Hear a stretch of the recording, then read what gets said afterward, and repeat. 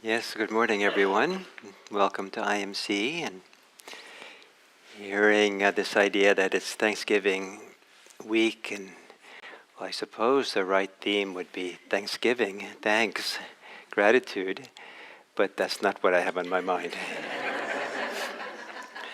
And I will,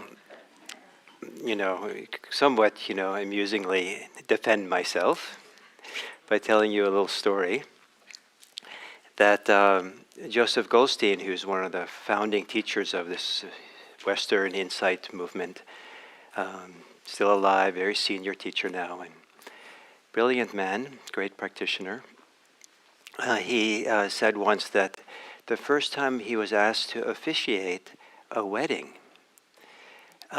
he was expected or asked to give a little Dharma talk as part of that. And the Dharma talk he gave was a talk on death.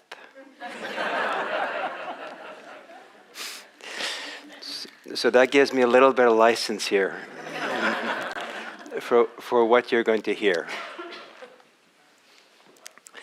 So the topic is the 5 remembrances.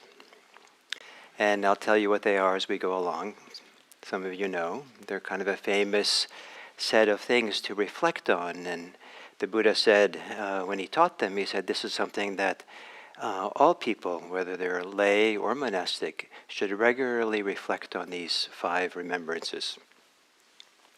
But I'll start with first a little personal anecdote, then lead to a little story about the Buddha. And this kind of points to one way in which these 5 remembrances carry a certain kind of value for me, or emotional association, or meaning. When I was 11, I was with my parents visiting Nepal, which back then, I was visited again 20 years later, and I was amazed how radically it had changed. I don't think there were any asphalted roads in Kathmandu, and it was like a small town almost. And but one day we were walking around town and near a river, and we saw some people carrying a stretcher with a body wrapped in blankets. And the body was small enough that it was certainly that of a small child. And they were bringing it down to the river, as far as I could tell, to cremate the baby. Cremate, that was a baby, I think it was a small child, to cremate it. And that was my first encounter with someone who had died. I couldn't actually see the person because of the blanket. And it did make an impression on me. It wasn't like an unfavorable impression or a frightening impression, but there was something, in retrospect, like when I think about it these days, I was witnessing something that had been going on in the ancient world, maybe ancient Indian subcontinent, for thousands of years. Later, 20 years later, I did go to Varanasi, and where they do have the famous burning pyres, where they cremate people, and was there to saw some of that. But there was something kind of almost like natural, almost like part of the natural world, as unnatural as we might say it, as the death of a child. There was something very simple and natural about what they were doing. It just seemed like it was a timeless kind of event. So I never thought about it too much, but there was something that kind of was in the back of my mind or in my heart, this event as a child. And then when I came to Buddhism, I learned about the Buddha before he was enlightened. And he also had grown up, as maybe this young person had, in what is now Nepal, in the foothills of the Himalayas. So it was nearby where he grew up. And there's a story that Buddhists tell about his upbringing, and that is that it had been predicted at his birth that he might become a renunciant, go off and be a monk, a religious wanderer who has no possessions and engage in spiritual practice. But this was not to the liking of his father, who was the king, who needed and wanted to have his son follow in the family business.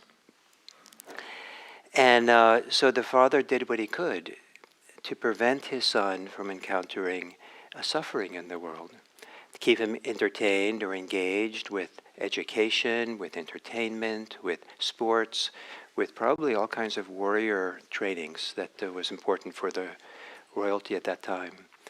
So the young Buddha-to-be was quite engaged, and so he lived inside the royal compounds, and there were apparently 3 of them, so between different seasons he could be moved between the different places and kept distracted from fundamental human experiences of suffering.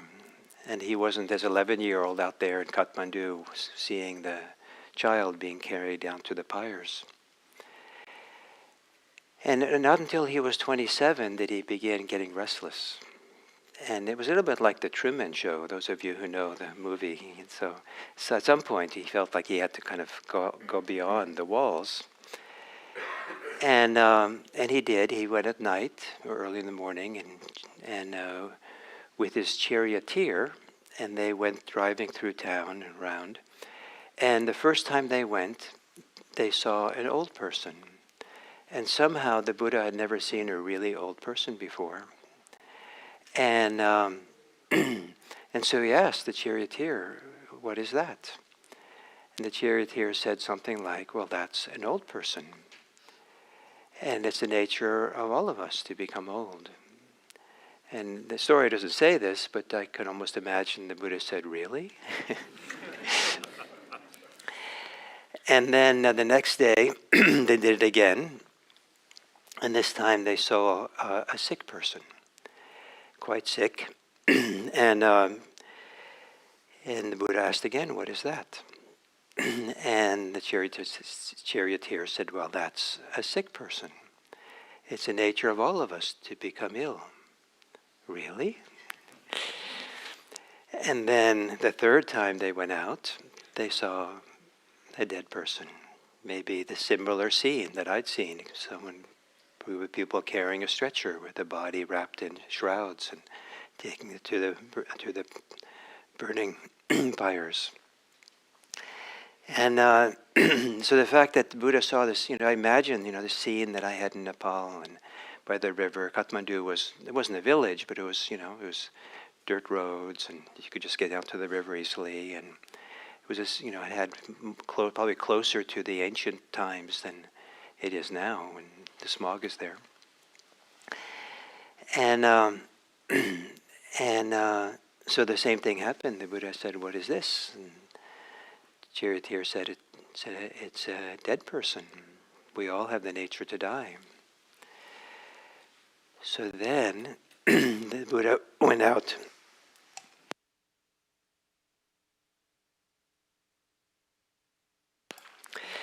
The Buddha went out a 4th time. And this time they saw a renunciant. They saw a religious mendicant walking through the streets, calmly, stately way, just calmly, self-possessed, walking. The Buddha had never seen a person in this kind of way, this kind of calm, this kind of peacefulness, this kind of stately kind of way, that being kind of mindful and present for their experiences they walked. And everyone else is running around doing things. And the Buddha said, "What is that?" And the charioteer explained, "Well, that's a religious mendicant. That's someone who has left the home life to find out what's true and to become free." And so then the Buddha, so there's these 4 sights the Buddha saw made a big impression on him. And perhaps being 27, you can imagine, like, if he hadn't seen anything like this before, wow, this is part of life too. And then the very thing his father feared, the Buddha did. Then he jumped over the walls and went with his charioteer across to the river, I guess the border of the country, and gave all his royal garb and jewels to the charioteer and crossed the river and into the woods to live a renunciant life, to find his own awakening, which it took 7 years for him to find. And when he did, and then he started to teach. And his teachings have continued to today. And his leaving the home life to go off and find his awakening is one of the conditions for all of us to be here today. We wouldn't be here. We'd be doing something else today. But somehow that set in motion something that brought people here to places like IMC that people find very meaningful, very important and supportive for them, and maybe for their own seeking, their own discovery of freedom, their own kind of waking up to this life and contending and dealing with the fundamental human sufferings that we all have to approach at some point. And so that's sometimes summarized under these expressions: sickness, old age, and death. And there's a famous story that kind of in this theme, that a few hundred years after the Buddha, there was a King Ashoka, who was considered to be the first emperor of India, the first one to kind of conquer all of India. And apparently he was a cruel king and had a vast army and in conquering the territory. But one day, and he eventually became, what the Buddhists say, the first Buddhist king, dedicated to nonviolence. But before that, he was going around having these big battles. And after one big battle that he won, he walked apparently by himself across the battlefield, and walking through all the carcasses of soldiers who had died. Apparently it was pretty awful. Thousands and thousands of soldiers had died. And we don't know what impact it was for him to walk through all that death and carnage that he was responsible for. And then lo and behold, walking through the field was a Buddhist monk. And the Buddhist monk was walking calmly, with certain kind of self-possession, peacefully, mindfully. And the contrast between the carnage and this peacefulness of this monk made a big impression on the king. And the king went to talk to him, and the monk explained he was a disciple of the Buddha, and the king said something like, what does he teach? And the monk responded, hatred never ends through hatred. By love alone does hatred end. This is the ancient truth. And with that, the king renounced violence, renounced war. And he still stayed the king and emperor ruled this vast territory. But supposedly that was the turning point for him to become dedicated to nonviolence and supporting people. And apparently he created hospitals for animals and just took care of things. Made a dramatic turn. And so we come to us. We come to the 5 remembrances. And this is one of the teachings of the Buddha. He said, as I said, that this is something to reflect on a regular basis. So I'll read them to you and then say a few words. Well, actually, before I read them, I wanted to introduce them another way that creates a context maybe for hearing this. So we practice mindfulness here. That's what we're known for, the primary thing we do. And mindfulness is something only you can do for yourself. No one can do it for you. You can't, farm it out to someone, call up the local, Uber-like mindfulness service, and hire someone who comes over and does it for you and spare you the effort.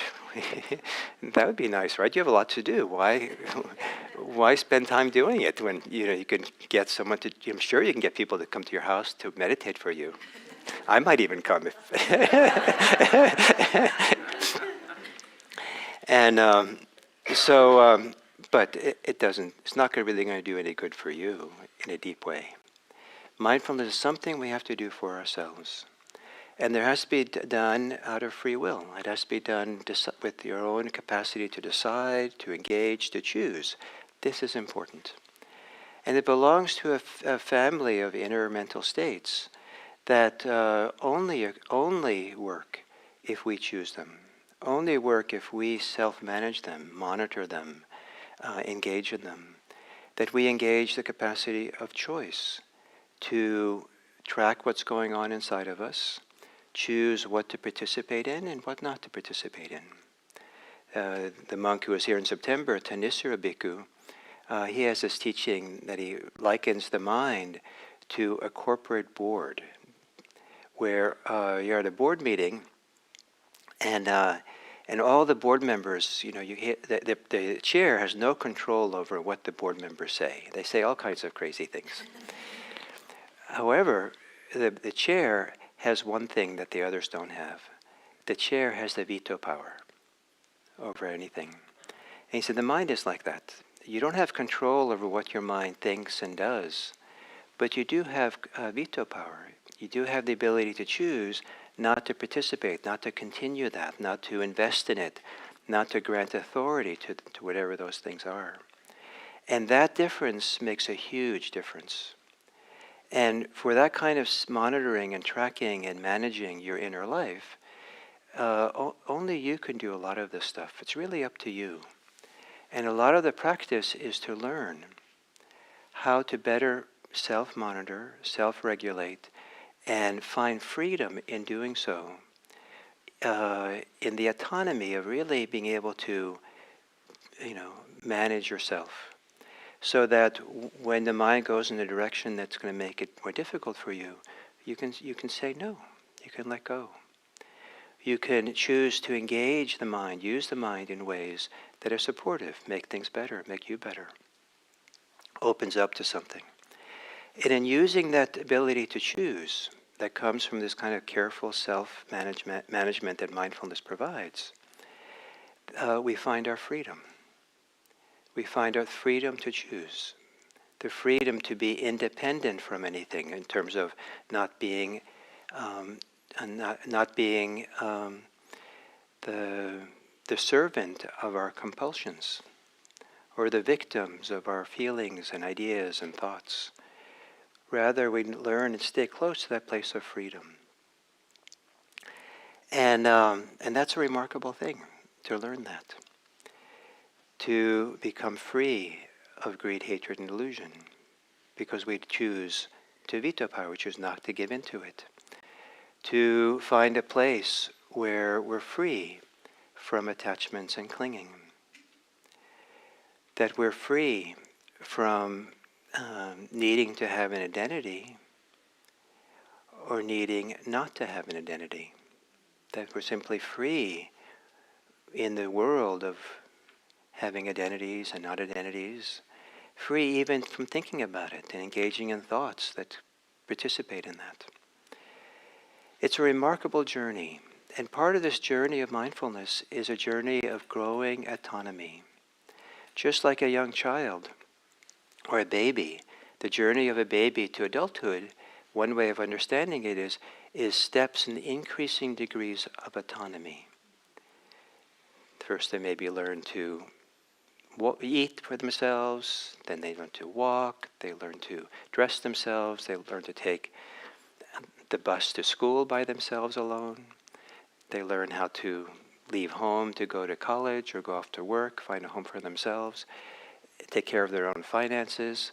And so, there's all this autonomy that we learn growing up to become an adult. I like to believe that as an adult, that process of maturation continues. But that sense of autonomy as an adult becomes increasingly internal.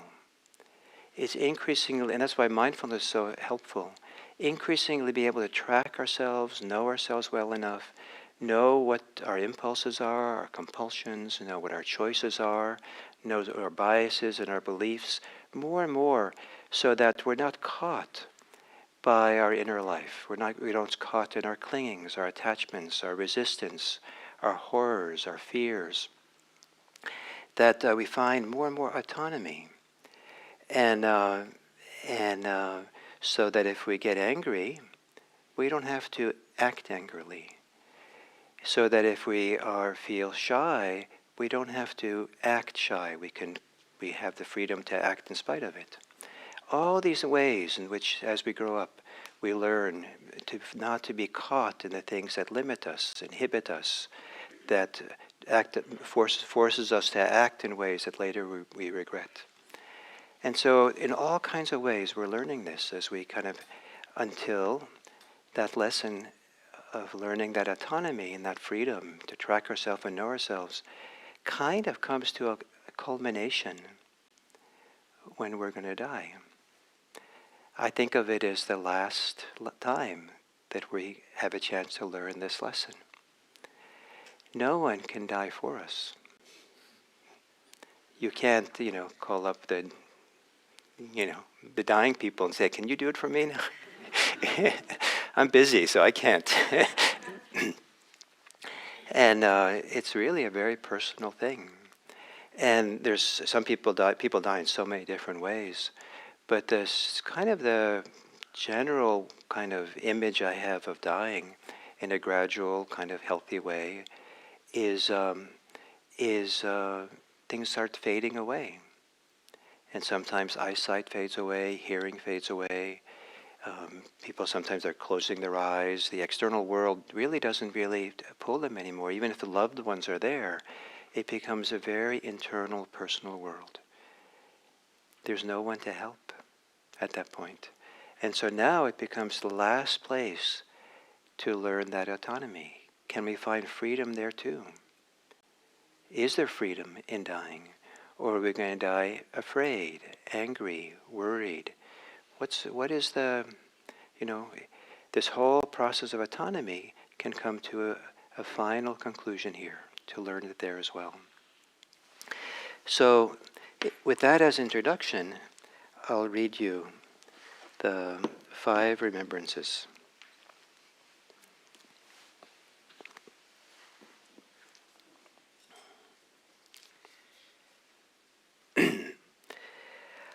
So it's stated in the first person, meaning the Buddha is saying this is what you should be doing on a regular basis, have these remembrances. You should say to yourself, I am subject to aging and am not free from aging. I am subject to illness and I am not free from illness, from getting ill. I am subject to death, and I have not gone beyond death. I'm not free from dying. That's 3. The 4th one, I will become different and separate from all that is dear and appealing to me. I'll become separate from some way from all the people that I love. One way or the other, that separation will happen. And the 5th one, I am the owner of my actions, heir to my actions, born from my actions, related to my actions, and have my actions as my refuge. I should be the heir of whatever deeds I do, whether beautiful or bad. The word deeds is the same as karma. Whatever karma I do, whether beautiful or bad. So these are the fundamental kind of, in a sense, truths of human life. Maybe they're unwelcome truths. Maybe we don't want to call them truths. Maybe some people would call them realities that the Buddha was kept distracted from. Maybe because he was so acutely aware of what happened to him growing up. As he gives his teachings, he says the reason he's teaching it is because it's so easy to get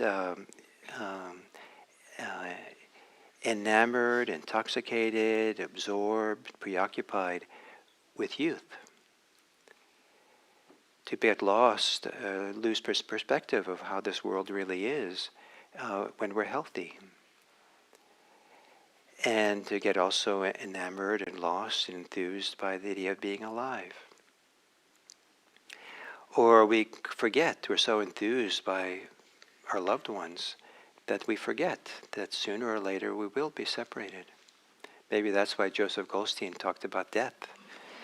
That death is part of being married. One of them, if you stay married, chances are one of you will die before the other.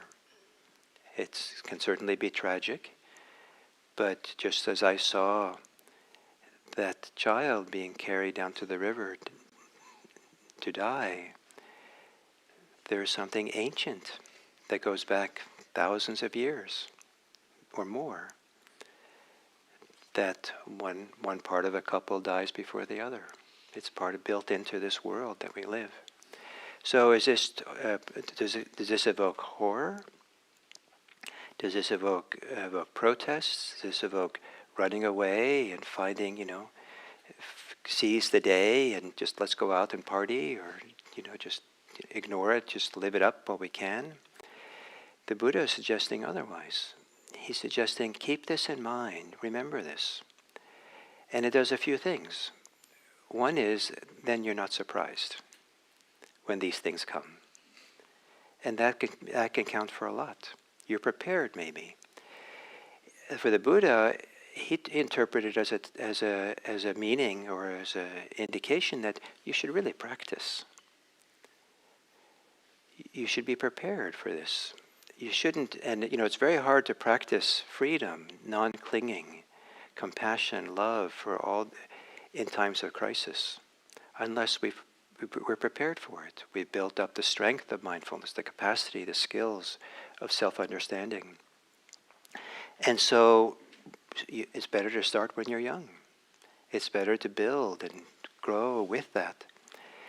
And mindfulness will help dramatically with this process of growing autonomy, growing freedom in relationship to our inner life, which I propose is one of the important tasks of adult life. And so to remember, I too have the nature to get old. I too have the nature to get sick. I too have the nature to die. I too have the nature of being separated from everything that I love and even care about, one way or the other. Things change, people change, all kinds of things.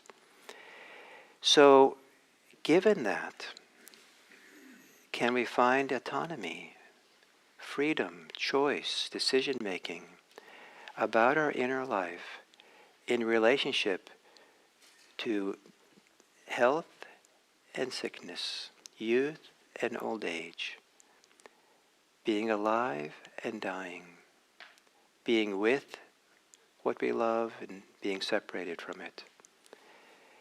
Can we turn inward so that we're not on automatic pilot? The compulsions, the habits, the automatic impulses of our beliefs, our biases, our expectations don't have the upper hand. We have the veto power so that we don't become a victim to these things. We don't get overwhelmed by them. We don't get agitated or disturbed by them. Does that mean that we should just accept them happily? The veto power has an amazing capacity. It can both say no to rejecting something and to accepting it. What's the third option? Where is that place of neither accepting nor rejecting? I suggest that's where your freedom is found. If you have to accept something, you're not really free. And remember, when you're accepting, you're doing something. When you're rejecting, you're doing something. Is there a place in the mind? Maybe a place of awareness, mindfulness, maybe a place of stillness, quiet, calm, peace within, that does not need to accept or reject anything. It can allow it to be, because that still, quiet place within is not being battered by the conditions of the world. It's not being disturbed by it. It's not afraid of it. There's no clinging associated with it, no attachment associated. We have this place of freedom, of non-clinging, of non-identification, of non-reactivity. There's autonomy, a freedom from reactivity in this place of freedom. And what happens when we go to our deathbed without practice? What happens when we enter into a final phase of life? And we're sitting there and we watch the mind, sitting there, laying there in bed, maybe, watching the mind. And now we know, we're familiar. When certain attachments, certain beliefs come up, that maybe we say, no, thank you. Don't have to do that. There was a woman here at IMC who died maybe 12, 14 years ago. And she died, she became amazingly equanimous and peaceful in her last weeks of her life. It was really remarkable. And maybe some of you here who knew her people here at IMC would go to be with her in her last weeks, partly because it was like being with a saint. It was kind of like being with this beautiful, radiant, peaceful person. It was like contagious, darshan almost with her. And I was with her in the few hours before she died, and she was agitated after these weeks of so much peace. And she said to me, the practice is no longer working. There's no idea, we don't know that our strength of our practice and mindfulness is going to be there, even. So what happens when we can't even rely on practice? Is freedom still possible? Is autonomy still to be found with that as well? So she was having a little bit of hallucinations, I think. That was part of it. And she didn't know quite to deal with these hallucinations and strange thoughts that were coming on. Because I think there were, brain chemistry changes. And so I told her, all you have to do is don't believe them. I said, you don't have to practice anymore. All you have to do is don't believe those delusions, those images and things like that. And she calmed down immediately. The agitation went, and then I wasn't there, but a couple hours later she passed away. She used the veto power. Don't have to believe them. She found her peace. And there's a remarkable peace to be had, I believe, because it's possible to become so in the moment, so present, so much no longer participating in the normal course of thinking and believing and imagining and judging and commentary and having ideas about the future and ideas about the past, where all that quiets down. There's a place inside where it's a reference point to a place that's an alternative to that, where the past and the future disappears. Not from wherever the past is, not from wherever the future is waiting for us, but it disappears in our mind. It disappears in our active engagement and concerns. And it's possible to find this place of stillness, quiet, of awareness inside. As we're dying, where there is no dying. Of course you're dying. But thoughts of dying, concerns about the future in 2 minutes, are irrelevant. They're not interesting. How much more time do I have? Only 2 minutes? I better, balance my checkbook before I go, or I need to call my credit card and complain about the extra bill I got. I have important things to do. No. That you have a much better thing to do. you know are better things to do than checking the clock, or know you have better things to do than to imagine 2 minutes from now there's a place where there is no death, in the mind that doesn't think about that, in the mind that's aware and awake, that's not operating under these concepts. There is a place of no aging. There is a place or a state or a way of being that's absent of sickness, even while you're sick. And to find that place, to find that way of being, to be able to say no thank you to all the forces to take us away from that, is part of the veto power that we have, part of the letting go that we have. And to learn that autonomy, to learn that capacity for freedom and independence, I hope that that's one of the last things you do before you die. What a wonderful way to die. I hope none of us die afraid, angry, confused. I hope we die peacefully. And that's what the Buddha did. He learned that. He taught that.